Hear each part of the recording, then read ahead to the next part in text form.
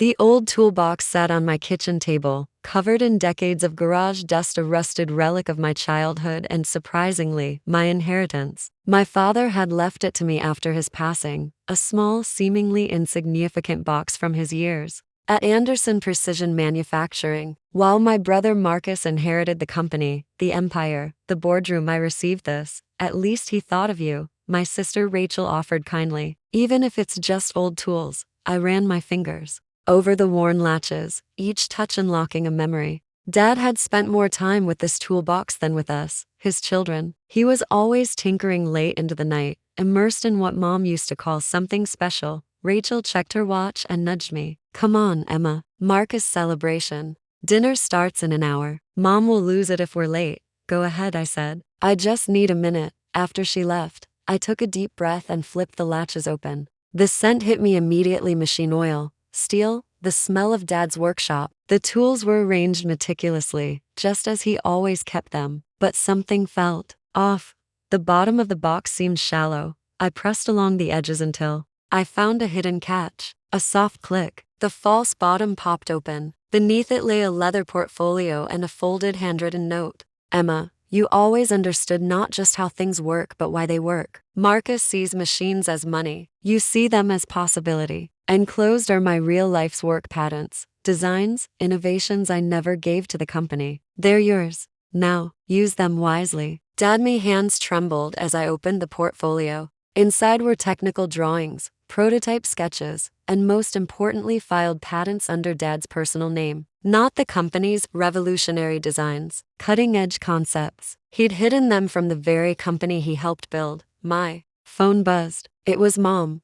Where are you? Marcus is about to announce the company's 5-year expansion plan. I looked down at the portfolio again. These patents weren't just theoretical according to the documentation, they were still valid and untouched. Untapped potential. Left to me. By the time I arrived at the restaurant, the room was abuzz with clinking glasses and company fanfare. Marcus, dressed in a custom-tailored suit, stood confidently at the podium. Anderson Precision Manufacturing has been a family legacy for 3 generations, he began, basking in applause. Now, as we embark on our most ambitious expansion, I tuned him out. My mind was on the revolutionary cutting system sketched in one of Dad's patents. It alone could disrupt the entire industry. Emma, Mom whispered sharply, at least pretend to care about your brother's big moment. I smiled faintly. Oh, I am. I'm just thinking about the future. The toolbox. She patted my hand. I know it's not much, but it's everything, I said softly. Dad made sure of that. 3 months later, the old toolbox sat proudly on my desk in a modest office I'd just leased. What it represented was anything but modest. It was the birthplace of a new company, Harper Innovation Systems, and the foundation was stronger than any glass-walled empire my brother stood atop. These patents are gold, my patent attorney said as he flipped through the thick portfolio. Your father was a genius. This automated system alone could reshape precision manufacturing. No, I replied, sliding a business plan across the table. That's why I'm launching my own firm. My phone buzzed again. Marcus. I let it go to voicemail. The memory of his smugness at the will reading was still fresh. Here, Dad's old tools, sis. Maybe start a hobby workshop or something. That hobby workshop was now on the verge of closing his biggest accounts. The next call came from someone unexpected. The head of R&D at Anderson Precision, Miss Harper. We've noticed some rather interesting patent filings under your name. Actually, I corrected calmly, they're under my father's name, and they're exactly where he intended them to be. Let Marcus have his speeches and shareholder parties. I had something more enduring: Dad's true legacy, and the skill to bring it to life. The boardroom at Anderson Precision was made of polished oak and polished egos. But the silence that fell as I concluded my presentation was louder than any applause. Across the hall, through the floor-to-ceiling windows, I could see Marcus pacing, phone pressed to his ear.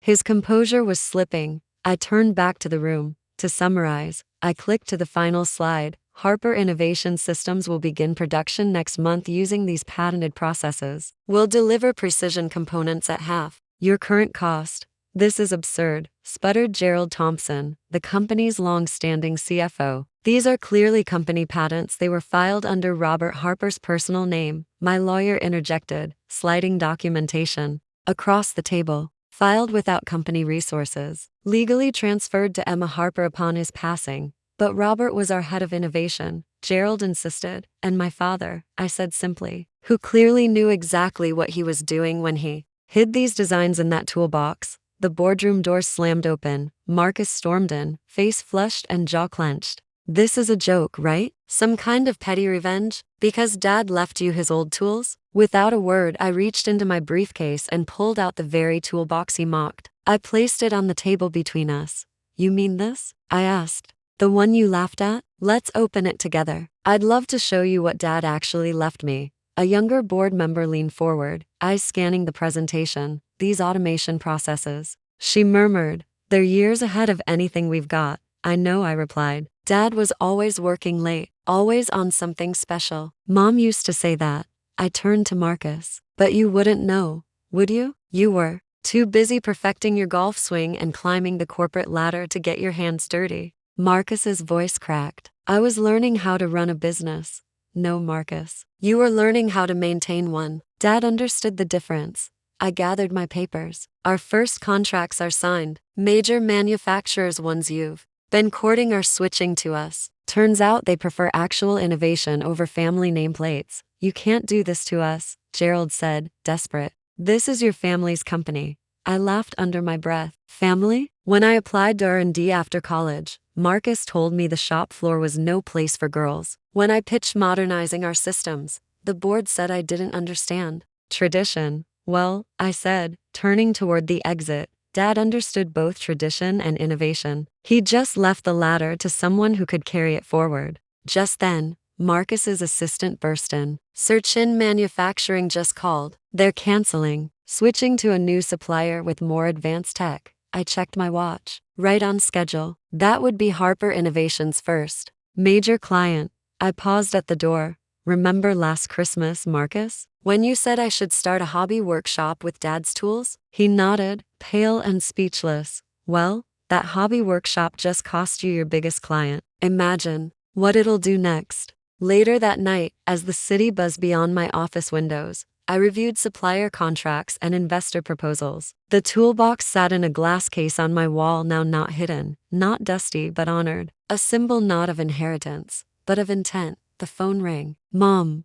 Emma, honey. Is it true? All those nights your father spent in that workshop, he was building your future? Yes, Mom, I said quietly, resting my hand on the toolbox case. He was just waiting for someone who understood why, not just how. Marcus is furious, she sighed. He says you betrayed the family legacy. No, I said firmly. I'm building a new legacy. The one Dad always believed in. Just then, a message from Rachel popped up. OMG. Marcus just had a meltdown in the country club parking lot. Called Dad a treacherous old man for hiding those patents. I smiled, half in amusement, half in sadness. Marcus was unraveling, not because of betrayal, but because the foundation he believed unshakable had never truly belonged to him. I turned back to the toolbox, opening it with practiced ease. There was one final compartment, one I hadn't opened, one I'd saved for when I truly needed it.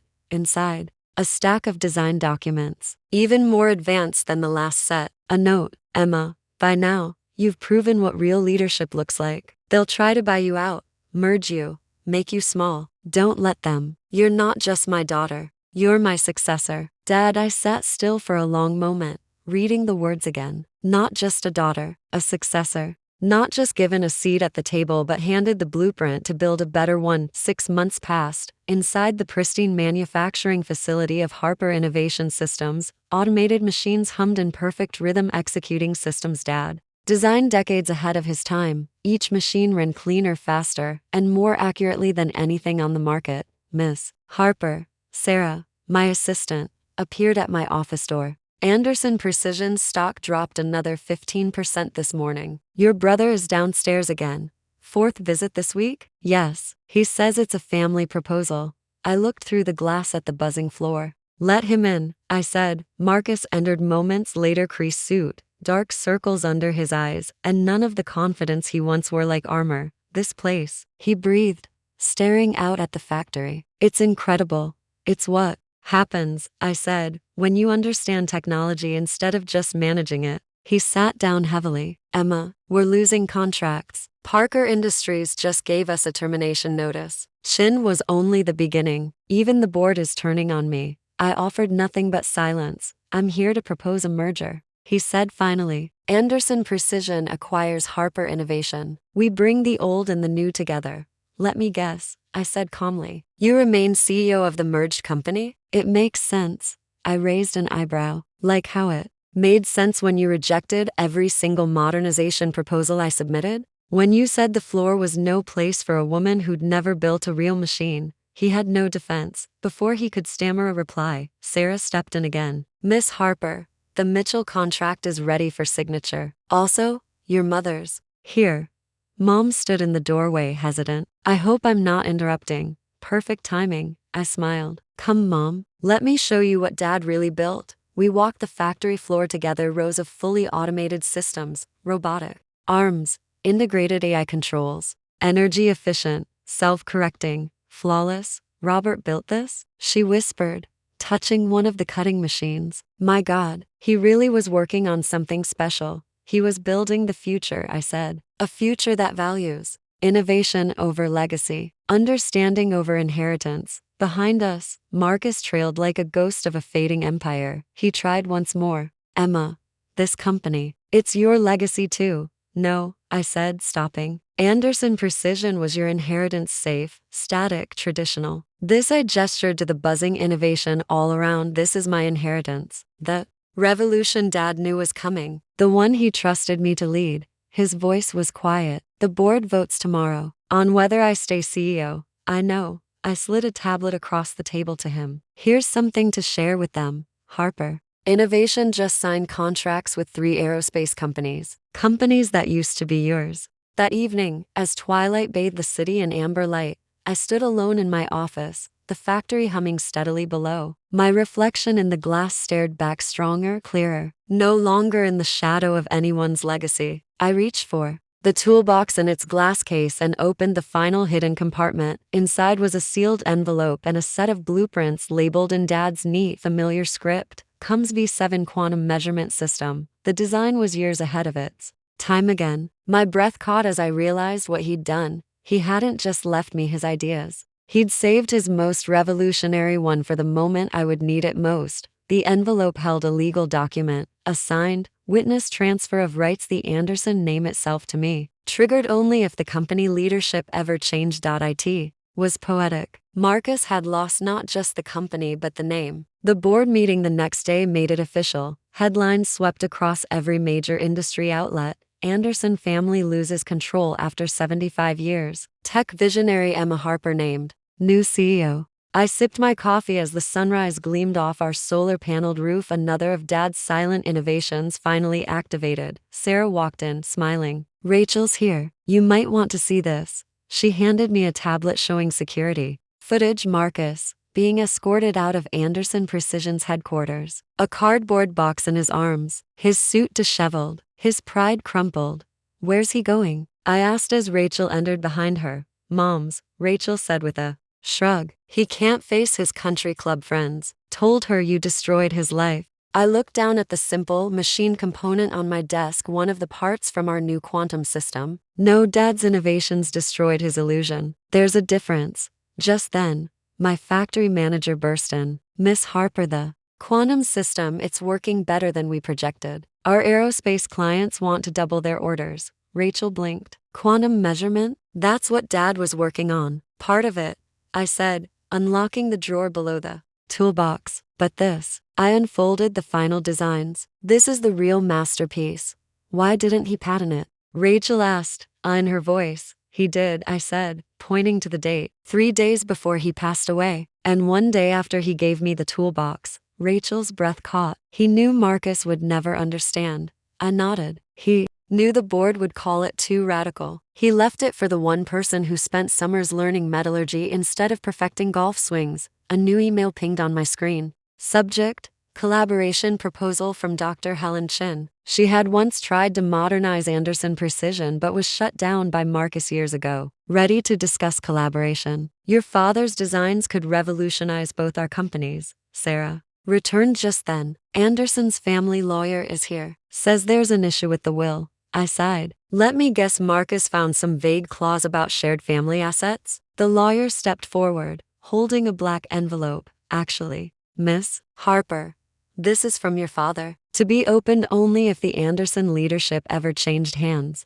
Inside was a single notarized page, legal transfer of trademark, Anderson Precision Harper Innovation Systems. Signed, sealed, and dated years ago. I laughed quietly. Dad wasn't just an inventor. He was a strategist. Rachel touched my shoulder. You've changed everything. No, I said, lifting the final blueprint. Dad changed everything. I just finally brought it to light.